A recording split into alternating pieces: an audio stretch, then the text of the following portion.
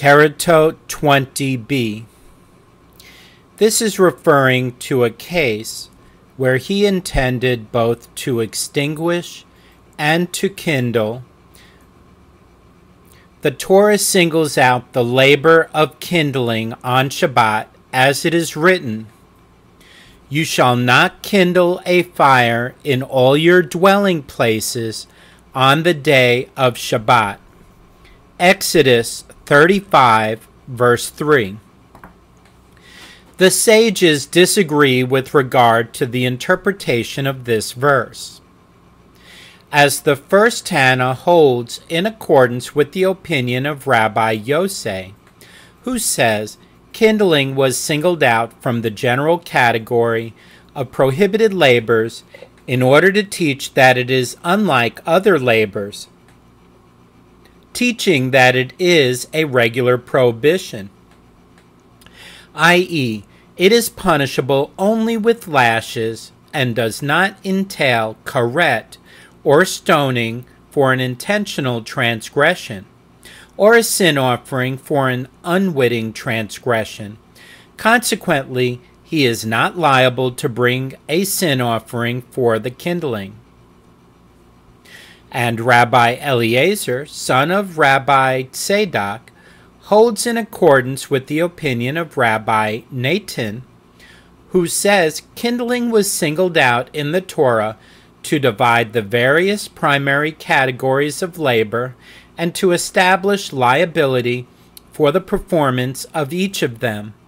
According to this opinion, the prescribed punishments for kindling are the same as for the rest of the prohibited labors. Rava said yet another explanation of the disagreement in the Bereta. The difference between them involves a case where one intended to ignite the lower coals and subsequently extinguish the upper coals, and instead he extinguished the upper ones and ignited the lower ones simultaneously. Since he performed the extinguishing first and did not perform it after he ignited as he had intended, the first Tana rules he is liable to bring only one sin offering. By contrast, Rabbi Eliezer, son of Rabbi Tzadok, maintains there is no exemption for performing the prohibited labors in a different sequence than intended. Rav Ashi said another explanation. The Bereta is referring to a case where he intended to extinguish a flame, and he was not aware that the bottom coals would be kindled. Rather, they ignited by themselves as he moved aside and extinguished the upper coals. And the first Tana holds in accordance with the opinion of Rabbi Shimon, who says, if one commits an unintentional act, an action from which an unintended prohibited result ensues on Shabbat, as he did not intend to perform a prohibited labor, he is exempt.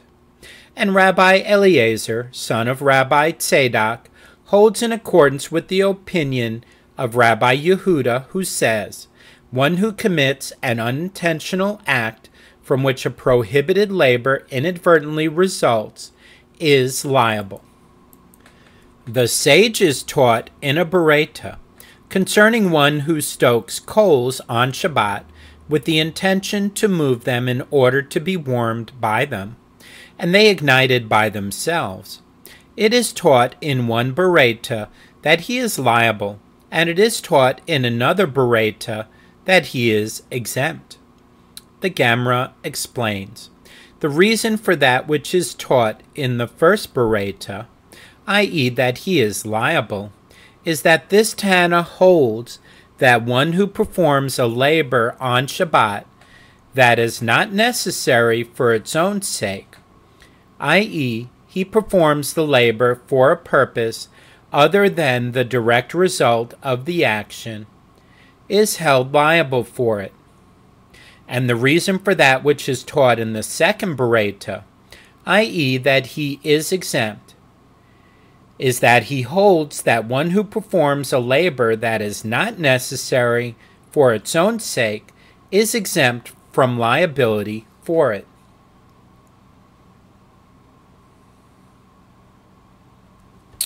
Mishnah. If one consumed an olive bulk of blood that spurted during the slaughter of a domesticated animal, an undomesticated animal, or a bird, whether it is a kosher or non-kosher species, or if one consumed blood that flowed after stabbing an animal or killing it in a manner other than by ritual slaughter, or blood that splurted after ripping the animal's windpipe or gullet, or blood that spurted during bloodletting with which the soul departs, one is liable to receive karet for consuming it intentionally, or to bring a sin offering for consuming it unwittingly. But with regard to blood of the spleen, blood of the heart, blood of eggs, blood of grasshoppers, or blood of exudate, tamzit, i.e., that oozes from the neck of the animal after the initial spurt of its slaughter concludes, one is not liable for consuming it.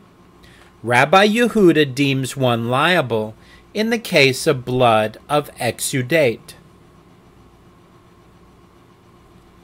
Gemara.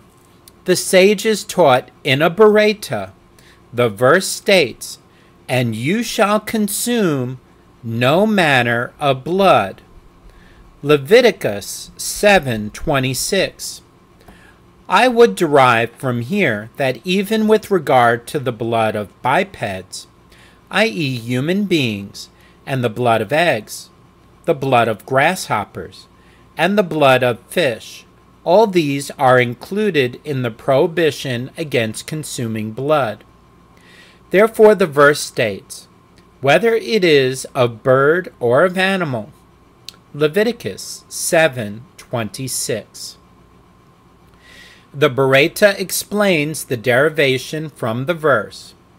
Just as birds and animals are unique in that they have the capacity for both a light form of ritual impurity, if they become impure after they are slaughtered, in which case they are considered impure food, and a severe form of impurity, if they die without valid ritual slaughter, and they have the possibility of being forbidden or permitted, and they are a type of meat, so too everything that has the capacity for both a light form of impurity and a severe form of ritual impurity, and has the possibility of being forbidden or permitted, and is a type of meat, is included in the prohibition.